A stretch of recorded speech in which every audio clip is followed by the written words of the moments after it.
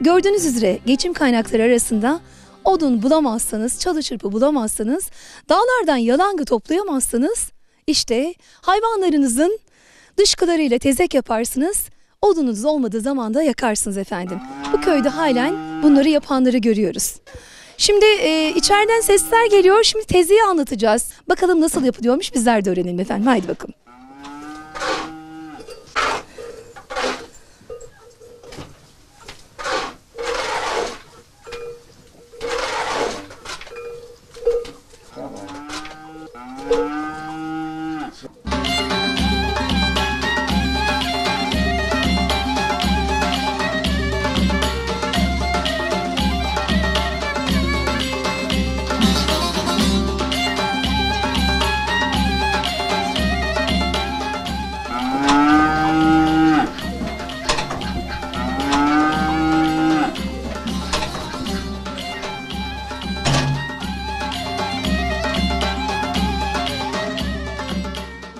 Kolay gelsin.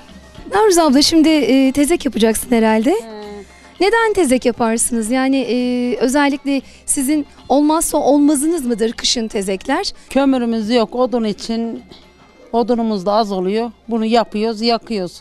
Isıtıyor mu bayağı? Isıtıyor. Çok güzel ısıtıyor. Kalorisi yüksek mi? Yüksek. Isıtıyor.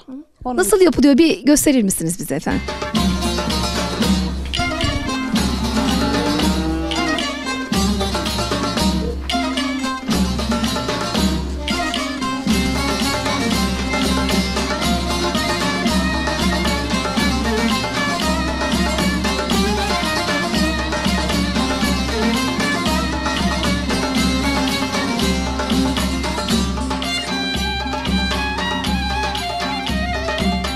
Hayat şartları ve imkanları aslında her şey öğretiyor kıymetli izleyenlerimiz.